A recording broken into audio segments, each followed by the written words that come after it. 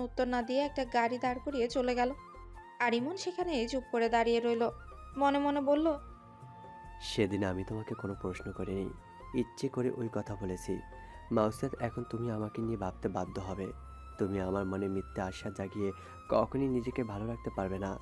তোমার এই ভাবনায় আবার আমাদের এক করবে, কিন্তু আমি আর তোমার কাছে আসবো না, তুমি নিজেই আমার কাছে আসবে।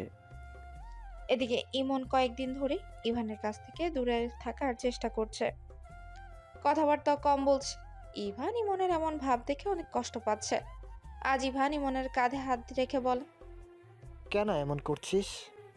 ইমন হাত সরিয়ে দিয়ে বলল, আমি এখন ব্যস্ত আছি। ইভান ইমনের হাত থেকে ফোন কেড়ে নিয়ে বলল। আমার প্রশ্নের উত্তর দে ইমন। ইমন চেঁচিয়ে বলল। তুই আগে আমার মাউসাদকে ফিরিয়ে দে। ইভান অবাক হয়ে বলল, পাগল হয়ে গেছিস? কি বলছিস এসব? তুই জানিস আমি মাউসাদকে ভালোবাসি, তবুও ওকে নিয়ে তোর ব্যস্ততা। তুই ফোনে ওর সাথেই চ্যাট করিস, তোরা সারা রাত কথা বলিস, আর আমি এইসব তাকিয়ে তাকিয়ে দেখছি। ইভান ইমনের কাঁধে হাত রেখে বলল, আমাদের চ্যাট পড়ে দেখ, আমরা পড়া নিয়ে কথা বলি, ফোনও পড়ার বিষয়ে কথা বলি। হয়েছে, আমার এত সব শোনার কোনো ইচ্ছে নেই। তোর সাথে আমার কোনো কথা নেই। তুই মনে করিস বাবা মার মতো সেদিন আমিও মারা গিয়েছিলাম, আমরা এখন থেকে রুমমেটের মতো থাকবো। কথাটা বলেই ইমন ইভানকে ধাক্কা দিয়ে বাসা থেকে বের হয়ে গেল। ইভান ইমনের ব্যবহারে অনেক কষ্ট পেয়েছে। বাবা মাকে হারানোর পর আজ সে প্রথম ফুপিয়ে ফুপিয়ে কান্না করেছে। ইভানকে কাঁদতে দেখে বাকি চারজন মুচড়ে পড়ল। তুর্য বিড়বিড় করে বলল, আমি জানতাম ওই মেয়ের জন্য একদিন তোদের মধ্যে কোনো না কোনো ঝামেলা হবে। ইভান কাপা কণ্ঠে বলল, ওর জন্য কেন ঝামেলা হবে? কারণ ইমন শুরু থেকেই মর্শেদকে পছন্দ করত, কিন্তু মর্শেদ তোর ব্যাপারে বেশি আগ্রহ দেখাতো। আগে কি ছিল জানি না, কিন্তু কিছুদিন আগে ও যখন বাসায় এসেছিল তখন ওর হাবভাব দেখে বুঝেছে ও তোকে সত্যিই পছন্দ করে। ইভান শার্টের হাতায় চোখ মুছে বলল, কিন্তু আমি মাসিয়তকে ওই দৃষ্টিতে পছন্দ করি না। আমার জন্য ইমনের জন্য গুরুত্বপূর্ণ কেউ নেই। আমি মাসিয়াতের কাছ থেকে দূরত্ব রাখব। যে বন্ধুত্ব আত্মার সম্পর্ক নষ্ট করে, সেই বন্ধুত্ব ভেঙে যাওয়াই ভালো। কারণ বন্ধুত্ব নষ্ট হলে আমি বেঁচে থাকব, কিন্তু আত্মার সম্পর্ক নষ্ট হলে আমি হেরে যাব। সপ্তাহ ধরে মাউসিয়াতের কাছ থেকে দূরত্ব রাখছে, এমনকি যোগাযোগও বন্ধ করে দিয়েছে। তবে মাউসিয়াত ইভানের দূরত্ব রাখার কারণটা আন্দাজ করতে পেরেছে। তাই আজ সে কলেজে না গিয়ে ইমনের সাথে দেখা করার সিদ্ধান্ত নিল। এদিকে মাউসিয়াত দেখা করবে শুনে ইমন তো মনে মনে বেজায় খুশি। সে ভালোভাবে তৈরি হয়ে ফুরফুরে মেজাজে মাউসিয়াতের বলা স্থানে পৌঁছে গেল। মাউসিয়াত তাকে দেখেই তার হাত ধরে পাশের একটা বেঞ্চে বসিয়ে বলে, আমি জানি না তুমি ইভানকে কি বলেছ, কিন্তু আমার মনে হচ্ছে তোমার জন্যই ও আমার সাথে কথাবার্তা বলা বন্ধ করে দিয়েছে। ইমন বসা থেকে দাঁড়িয়ে গেল। তার মুখটা মুহূর্তেই মলিন হয়ে গেল। মাসিয়াত ইমনের হাত ধরে বলল, আমি ইভানকে ফেরত চাই। তোমার অনুভূতিগুলো তুমি ওর উপর চাপিয়ে দিও না। তুমি আমাকে পছন্দ করো, তার মানে আমিও তোমাকে পছন্দ করব? এটা তো সম্ভব নয় ইমন। আমি ইভানকে পছন্দ করি। ইমন মাসিয়াতের হাত দুটো নিজের হাতের মধ্যে আবদ্ধ করে বলল, মাউসিয়াত, তুমি ভুল ভাবছো। স্কুলে আমরা 2 বছর একসাথে ছিলাম, তুমি ভাইয়ের চেয়ে আমার সাথে বেশি কথাবার্তা বলেছো। এখন তোমাদের কলেজের ক্লাস শুরু হয়েছে 1 বছরও হয়নি, আর তুমি এই কয়েক মাসে ভাইকে পছন্দ করে ফেলেছো। এটা তো আমি মানতে পারছি না। মাসিয়াত বলল, তোমাকে এটাই মেনে নিতে হবে। প্লিজ আমার আর ইভানের মধ্যে ঝামেলা সৃষ্টি করো না ইমন। আমি তোমাকে ভালোবাসি মাউসিয়াত, আমি তোমার আর ভাইয়ের মধ্যে ঝামেলা সৃষ্টি করিনি, আমি তো তোমাকে চাইছি। এটা সম্ভব না, কারণ আমি এটা চাই না। ইমন তাচ্ছিল্যে সুরে বলল, তাহলে ইভান তোমার অনেক যত্ন নেয়, আমার তো বেশি, তাই না? মাসিয়াত মলিন মুখে বলল। আমি জানি তুমি আমাকে খুব পছন্দ করো, কিন্তু ইমন মাসিয়াতকে থামিয়ে দিয়ে বলল, আমি ইভান মাহমুদকে বলবো তোমাকে আমার ভাবি বানিয়ে নিতে। এরপর তো আমি তোমার দেবর হয়ে যাচ্ছি, তাই না? কথাটা বলে ইমন চলে গেল। আর মাসিয়াত শূন্য দৃষ্টিতে ইমনের চলে যাওয়া দেখছে। ইমন আর ইভান আপন ভাই, তাহলে তো এই সম্পর্কে কেউ সুখী হবে না। ইমন তার ভালোবাসার মানুষকে ভাইয়ের স্ত্রী হিসেবে কিভাবে মেনে নিবে? আর ইভান তার ভাইয়ের ভালোবাসার মানুষকে কখনোই আপন করে নিতে পারবে না। মাসিহাত বিড়বিড় করে বলে, এটা এতদিন কেন আমার মাথায় আসেনি? তাহলে কি ইভানকে আমি কখনোই পাবো না? কিন্তু ইভানও যদি আমাকে পছন্দ করে তাহলে তো সম্ভব। ইমন একদিন অবশ্যই এটা মেনে নিবে। মাসিহাত ইভানকে সুযোগ বুঝে তার ভালো লাগার কথাটা জানিয়ে দিল। ইভানও সরাসরি না করে দিল, বলল, আমি কখনোই তোমাকে বন্ধুর চেয়ে বেশি কিছু মনে করিনি। এমন নয় যে আমি ইমনের জন্য তোমাকে মেনে নিচ্ছি না বা আমার অন্য কাউকে পছন্দ। আমি কখনোই ভালোবাসা বা সম্পর্কে যাওয়ার জন্য আগ্রহ খুঁজে পাইনি। মাসিহাত ইভানের হাত ধরে বলল, আজ থেকে আমাদের বন্ধুত্ব শেষ। আমি তোমার উপর রাগ করে থাকবো না। ইমনের উপরও আমার কোনো ক্ষোভ নেই। ও সত্যিই আমাকে ভালোবাসতো, এখনো হয়তো ভালোবাসে, এটা আমি প্রথম দিন থেকেই বুঝেছিলাম। কিন্তু আমি মনে করতাম সম্পর্ক নিজের যোগ্যতার সাথে যাবে, এমন মানুষের সাথে করা উচিত। আমার দৃষ্টিতে একজন মেয়ে ডাক্তার এবং একজন পুরুষ সাহিত্যিক কখনোই একে অপরের জন্য মানানসই নয়। ঠিক তেমনি আমার পাশে মনের চেয়ে তোমাকেই বেশি মানানসই মনে হয়েছে, তাই আমি তোমাকে চেয়েছিলাম। ইভান বলল, তুমি অনেক ভালো একটা মেয়ে, শুধু তোমার দেখার দৃষ্টিভঙ্গিটা পরিবর্তন করা উচিত। মাসিহাত চলে গেল। প্রেমানুভূতি এমন একটা রোগ, যে রোগ বসন্তের হাওয়ার মতো জীবনে চলে আসে, কিন্তু কাউকে জানায় না যে সে এসেছে। যেমন বসন্তেও এখন আর আগের মতো ফুল ফোটে না, আর সেই হাওয়া নতুন করে আরাফের কাছে ছুটে এসেছে। রুহানের মৃত্যুর পর সে দ্বিতীয়বার সেই জায়গায় কাউকে অনুভব করতে পেরেছে, কিন্তু এই কথা সে কোনাক্ষরেও সেই মেয়েটাকে জানাবে না। সে দূর থেকেই মেয়েটাকে ভালোবাসবে, কাছেও যাবে না। শান্তি দোকান বন্ধ করে বের হতেই আরাফের মুখোমুখি হলো। আরাফ তাকে দেখে অন্যদিকে মুখ ঘুরিয়ে নিল। শান্তি এদিক ওদিক তাকিয়ে ইমনকে খুঁজতে লাগলো, কারণ প্রতিদিন ক্লাস শেষে ইমন শান্তির দোকানে এসে চা খেয়ে যায়, কিন্তু আজ আসেনি। শান্তি আরাফকে জিজ্ঞেস করলো, ইমন আসবে না? আরাফ শূন্য দৃষ্টিতে শান্তির চোখের দিকে তাকালো। এই ছেলের দৃষ্টিতে আসলেই কিছু একটা আছে। শান্তি সে চোখের দিকে তাকিয়ে বুঝলো, এই গভীর চোখ দুটো অনেক কিছুই বুঝে ফেলে। আরাফের চোখ দুটো অদ্ভুতভাবে মানুষের চোখের ভাষা পড়তে পারে। যেমন সে বুঝে ফেলেছে শান্তি ইমনকে খুব পছন্দ করে, কিন্তু শান্তিও তার মতোই অপারক। আরাফ শান্তিকে কখনোই তার ভালো লাগার কথা বলবে না, কারণ সে শান্তিকে দায়িত্ব নেওয়ার মতো যোগ্যতা অর্জন করতে পারেনি, হয়তো পারবেও না। আর শান্তি ইমনকে তার ভালো লাগার কথা বলবে না, কারণ সে নিজেকে ইমনের অযোগ্য মনে করে।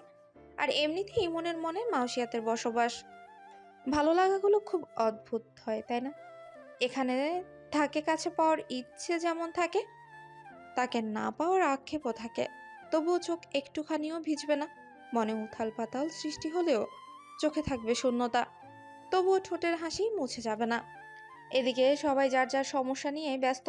তুর্য সারাদিন তার ভিডিও তৈরির কাজে লেগে থাকে। ইভান আর ইমনের মধ্যে এখনো কোনো কথাবার্তা হয় না। ইমন রাতে বাসায় ফিরে সারাদিন আর বাড়িতে আসে না। অন্যদিকে ইভান কিছুদিনের জন্য তার কলেজ বন্ধুর সাথে থাকছে, আর আরাফ শান্তির ভাবনায় ব্যস্ত। তাহমিদ সারাদিন দোকানে বা রেস্টুরেন্টে থাকে, আর সময় পেলে শতাব্দীর সাথে গল্প করে সময় পার করে। এদিকে আহনাফও জ্যোতির যন্ত্রণায় এক সেকেন্ডও বাসায় থাকতে পারছে না। তাকে ক্লাসের পর কোচিংয়ে আর এরপরই দোকানে যেতে হয়, আর বাকি সময়টা জ্যোতির জন্য বরাদ্দ রাখতেই হবে, নয়তো সেদিনই জ্যোতি ঘুমের ওষুধ খেয়ে আহনাফকে নাজেহাল করে ছাড়বে।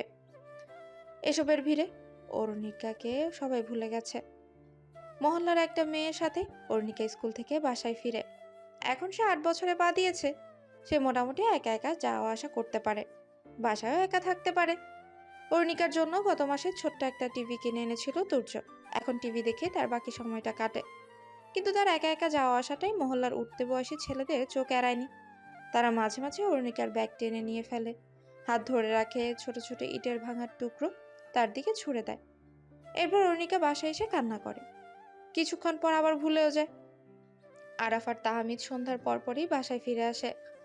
বাকিরা রাত 10টার পরই ফিরে, কিন্তু বাসায় এসে তারা পড়তে বসে যায় বা ঘুমিয়ে পড়ে।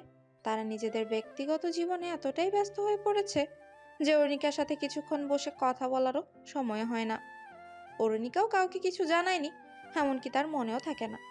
মনে পড়লেও বলার সুযোগ পায় না, কারণ সেই সুযোগটা সে আর 6 জনের কাছ থেকে পায়ই না। অরুণিকা কাঁদো কাঁদো কণ্ঠে তার সামনে দাঁড়িয়ে থাকা ছেলেটাকে বলে। আমি বাসায় যাব, আমাকে যেতে দিন। ছেলেটা অট্টহাসি দিয়ে বলে। যদি যেতে না দেই কি করবে? বাঁধন পেছন থেকে এসে অরুণিকার সামনে দাঁড়ালো। অরুণিকা বাঁধনের দিকে তাকিয়ে রয়। বাঁধন অপরিচিত ছেলেটাকে বলে। ভাইয়া, এই মেয়ের জন্য আহমেদ ভাই আর তাহমিদ ভাই সেদিন আমাকে মেরেছিল। এর জন্য বাবা মা আমাকে মেরেছে। এখনো বাবা আমাকে ওই বিষয় নিয়ে বকা দেয়। স্কুলে পাশ করিনি তাই বাবা পুরো মহল্লার সামনে আমাকে পিটিয়েছে আর বলেছে আমার মগজে নাকি সব নোংরামি, তাই পরীক্ষার ফল খারাপ এসেছে। এর আগে কখনোই বাবা আমাকে বকেনি, ওর জন্যই আমি মার খেয়েছি। ভাইয়া, এই মেয়েকে একটা শাস্তি দাও। এত মাস আমি সুযোগ পাচ্ছিলাম না, আজ সুযোগ হয়েছে।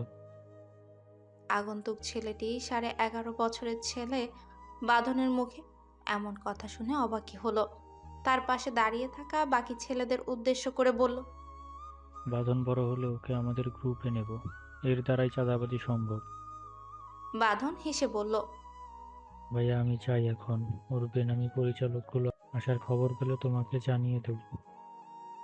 মহল্লার বাইরে থেকে অরুণিকাকে টেনে নিয়ে গেল আশিস। আশিস পাশের এলাকায় থাকে। সারাদিন রাস্তায় দাঁড়িয়ে চাঁদাবাজি করবে আর স্কুল কলেজ পড়ুয়া মেয়েদের উত্ত্যক্ত করে সময় পার করবে। রাতে জুয়া খেলবে বা মাতাল হয়ে রাস্তায় পড়ে থাকবে। আশিস অরুণিকাকে নিয়ে যাওয়ার সময় মাউসিয়াত রিক্সা থেকে নামে। মাউসিয়াত অরুণিকাকে আশিসের সাথে দেখে দৌড়ে এলো। ক্ষুব্ধ কণ্ঠে আশিসকে বলল। এই ছেলে, ওকে ছাড়ো। কি করছো তুমি? আশিস কলার উঠিয়ে মাউসিয়াতের মুখে সিগারেটের ধোঁয়া ছাড়তে ছাড়তে বলে। তুমি কে? রাস্তা ছাড়ো, নয়তো তোমাকেও তুলে নিয়ে যাবো। পাশের ছেলেটি বলল। মাউসিয়াত রাগী কণ্ঠে বলল। আগে হাত লাগিয়ে দেখাও, তারপর বুঝিয়ে দেবা আমি কি জিনিস। ছেলেটি মজার ছলে মাউসিয়াতের গায়ে হাত লাগাতে মাউসিয়াত ছেলেটার গালে চড় লাগিয়ে দেয়। আশিস ক্ষুব্ধ কণ্ঠে বলল। এই মেয়েকে ধর। মাউসিয়াত আশিসের নাক বরাবর ঘুষি মারতে আশিস নাক ধরে দূরে সরে দাঁড়ায়। বাকি ছেলেগুলো মাউসিয়াতকে ধরতে এলে সে কয়টা ঘুষি দিয়ে তাদের মাটিতে ফেলে দিল। অরুণিকা হাঁ হয়ে মাউসিয়াতকে দেখছে। আশেপাশে লোকজন জড়ো হয়ে গেছে। শতাব্দী স্কুল থেকে ফিরে মাউসিয়াতকে মারপিট করতে দেখে অবাক হয়ে দাঁড়িয়ে গেল। অরুণিকা শতাব্দীর কাছে দৌড়ে এসে বলে। শতু আপু, মাউসিয়াত আপু ওদের মারছে, তুমিও মারো। শতাব্দী অরুণিকার হাত ধরে বলে। কিন্তু মারছে কেন? ছেলেগুলো বাঁধনের কথায় আমাকে কোথায় যেন নিয়ে যাচ্ছিল। শতাব্দীর রাগী দৃষ্টিতে ছেলেগুলোর দিকে তাকিয়ে তার ব্যাগ দিয়ে ছেলেগুলোকে পেছন থেকে মারতে লাগে। তাদের মধ্যে একটা ছেলে শতাব্দীর চুল ধরে তাকে মাটিতে ফেলে দেয়। আর তখনই শতাব্দী উঠে দাঁড়ালো। এরপর চেঁচিয়ে আশেপাশে দাঁড়িয়ে থাকা লোকদের উদ্দেশ্য করে বলল। ইস, এগুলো মানুষ নাকি উল্লুক? এভাবে দাঁড়িয়ে না থেকে এদের গণধোলাইয়ের জন্য এগিয়ে আসুন। একটা মেয়ে মারছে আর আপনারা দাঁড়িয়ে দাঁড়িয়ে দেখছেন? নির্লজ্জ কোথাকার! লোকগুলো শতাব্দীর কথা শুনে এগিয়ে আসতে যাবে, তখনই আশিস পালিয়ে গেল। আশিসকে পালাতে দেখে বাকিরাও পালালো। এরপর অরুণিকা আর শতাব্দী মাউসিয়াতের কাছে এলো। অরুণিকা বলল। আপু, তুমি ওদের কিভাবে মেরেছো? তোমার এত শক্তি, তোমার কাছে কি পাওয়ার আছে? মাউসিয়াত হেসে বলল। আমি তোমার বয়স থেকেই জুডো শিখেছি। জুডো কি? তুমি যেমন ছবি আঁকার জন্য ড্রয়িং ক্লাসে যাও, শতাব্দী যেমন নাচ শেখার জন্য নৃত্যের ক্লাসে যায়, তেমনি এমন বদমাশ ছেলেদের মারার জন্য আমি জুডো শিখেছি। শতাব্দী অবাক হয়ে বলল। মাউসিয়াত দিদি, তুমি আসলে জিনিয়াস। ইমন তোমার কথা বলেছিল। মাউসিয়াত বলল। কি বলছিস সিমন? বলেছিল তুমি দেখতে যেমন সুন্দরী, পড়াশোনায়ও অনেক ভালো, আর তোমার কথাবার্তা শুনলে শুনতে ইচ্ছে করবে। আর এখন দেখছি তুমি মারামারিও করতে জানো। শতাব্দী অরুণিকার হাত ধরে তাকে বাসায় নিয়ে এলো। এরপর 3জন একসাথে মেঝেতে বসে। মাউসিয়াত অরুণিকাকে জিজ্ঞেস করল। ইমন কোথায়? ও তো অনেক দেরিতে বাসায় আসে। ইভান? ইভান তো অনেক দিন বাসায় আসে না। জানো আপু, ইভান আর ইমন আড়ি নিয়েছে। ওরা এখন আর কথা বলে না। আরাফ আর তাহমিদ কোথায়? শতাব্দী বলল। তাহমিদ তো এই সময় রেস্টুরেন্টে থাকে, ওখানে কাজ নিয়েছে তো। আর আরাফ হয়তো টিউশনি করাতে গেছে। অরুণিকা বলল। সবাই সন্ধ্যায় বাসায় আসে, কেউ কেউ রাতে। মাউসিয়া তরুণিকার গালে হাত রেখে বলল। আর তুমি বাসায় একা থাকো? হ্যাঁ, অন্ধকার হওয়ার আগেই আহমেদ চলে আসে। আমার তো অন্ধকারে ভয় লাগে, আর এর আগে আমি বাসায় এসে টিভি দেখি। মাউসিয়া দিভানকে ফোন করে বলল। আজ তোমাদের অবহেলার জন্য অরুণিকা অনেক বড় একটা বিপদে পড়তে যাচ্ছিল। ভাগ্যিস ইমনের সাথে দেখা করার জন্য এখনো এখানে এসেছিলাম। ওকে একা রেখে তোমরা কোথায় থাকো? ইভান ফোন রেখে টিউশন থেকে বেরিয়ে পড়ে। বাকিদেরও মেসেজ করে জানালো। সবাই কাজ ফেলে বাসায় চলে এলো। আহনাফ সেই মুহূর্তে জ্যোতির সাথেই ছিল, তাই সেও বাসায় আহনাফের সাথেই চলে এলো। বাসায় এসে সব শোনার পর আরাফ অরুণিকা দুহাত ধরে বলে। এগুলো কদিন ধরে হচ্ছে? অরুণিকা বলে। অনেকদিন। মুরাদ আর ওর বন্ধুরা আমাকে অনেকদিন ধরেই বিরক্ত করছিল, কিন্তু এই ছেলেটা আজই এসছে। ইভান রাগী কণ্ঠে বলল। তাহলে এতদিন আমাদেরকে বলনি কেন? অরুণিকা মাথা নিচু করে ফুপিয়ে কেঁদে উঠল। মাউসিয়া রাগী কণ্ঠে বলল। ওকে বকছো কেন? তোমাদের তো ওর যত্ন নেওয়ারও যোগ্যতা নেই। এতদিন ভেবে এসেছি তাহমিদ ওর আপন ভাই, কিন্তু এখন শতাব্দী থেকে জানলাম তোমরা কেউই কারো ভাই নয়। জ্যোতি কথাটা শুনে অবাক হলো। জ্যোতি বলল। অরুণিকা তোমাদের আপন বোন না? আহনাফ, তাহলে তুমি আমাকে মিথ্যে কেন বলেছ? ইমন বলল। আমরা এইসব কথা কাউকে জানাইনি। মহল্লার কেউই জানে না, শুধু শতাব্দীরা আর চাচা চাচিরা জানে। শতাব্দী জানলে আমিও জানতে পারতাম। আমি তো আহনাফের গার্লফ্রেন্ড। আহনাফ আমার কাছ থেকে এত বড় সত্যি লুকিয়েছে কেন? আহনাফ রাগী কণ্ঠে বলল। আল্লাহর ওয়াস্তে তুমি চুপ থাকো, আমার মাথা খেও না। এই মুহূর্তে এইসব প্রশ্নের উত্তর দেওয়ার সময় আমার কাছে নেই। তুর্য হাঁটু গেড়ে অরুণিকার সামনে বসে বলে। টুইঙ্কেল, তুমি আমাদের বলনি কেন? অরুণিকা একবার আরাফের দিকে তাকালো, তো আরেকবার তুর্যের দিকে, তারপর বলল। তুমি আর আরাফ আগে আমার সাথে গল্প করতে, তাই না? তুর্য মাথা নেড়ে বলল। হ্যাঁ। এখন তো করো না, বাসায়ও থাকো না। যখন আসো তখন আমি ঘুমিয়ে পড়ি, সকালে স্কুলে চলে যাই, আর সময় পাই না। আমি তো বাসায় একাই থাকি, তোমরা বাসায় আসলেও আমার কথা শোনো না।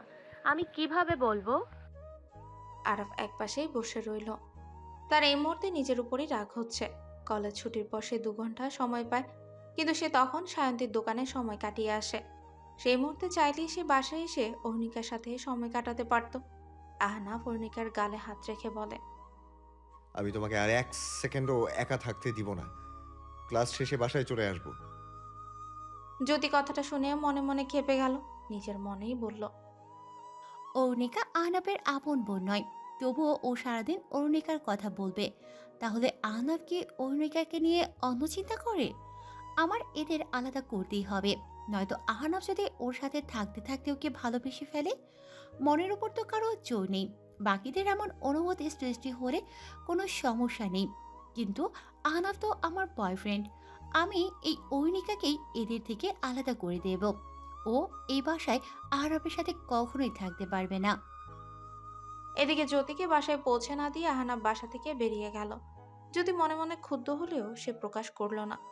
বাকিরা মাউসিয়াতকে ধন্যবাদ দিল। মাউসিয়াত ইমনকে উদ্দেশ্য করে বলে। ইমন, সন্ধ্যা হয়ে গেছে, ভালো হতো যদি আমাকে বাসায় দিয়ে আসতে। ইমন ইভানের দিকে তাকালো। ইভান চুপচাপ অন্যদিকে সরে দাঁড়ায়। ইমন বলে। আমি মাত্র বাসায় এসেছি, এখন একটু বিশ্রাম নিতে হবে। বাকিরা ইমনের দিকে তাকিয়ে রয়। ইমন আরাফকে বলে। আরাফ ওকে রিক্সায় উঠিয়ে দিয়ে আসতে পারবি? আরাফ মাউসিয়াতকে নিয়ে বাসা থেকে বেরিয়ে গেল। মাউসিয়াত যাওয়ার আগে একবার ইমন, তো আরেকবার ইভানের দিকে তাকিয়ে মনে মনে বলে। আমার জন্য তোমাদের 2 ভাইয়ের মধ্যে ঝামেলা হয়েছে, তাই আমি এই ঝামেলা দূর করব। তুমি অনেক ভালো ইমন, দেরিতে হলেও আমি বুঝেছি মাঝে মাঝে যারা আমাদের ভালোবাসে, আমাদের যত্ন নেয়, তাদেরই গুরুত্ব দেওয়া উচিত। একপাক্ষিক ভালোবাসা কষ্টের হলেও এখানে কোনো শান্তি নেই। ইভানকে ভালোবেসে আমি শান্তি পাইনি যতটা শান্তি তোমাকে নিয়ে ভেবে পাচ্ছি ইমন। এদিকে তুর্য বাসা থেকে বেরিয়ে আহনাফকে ফোন করে। আহনাফ বলে, আমি মুরুদকেও ছাড়বো না, ওই আশিককেও ছাড়বো না।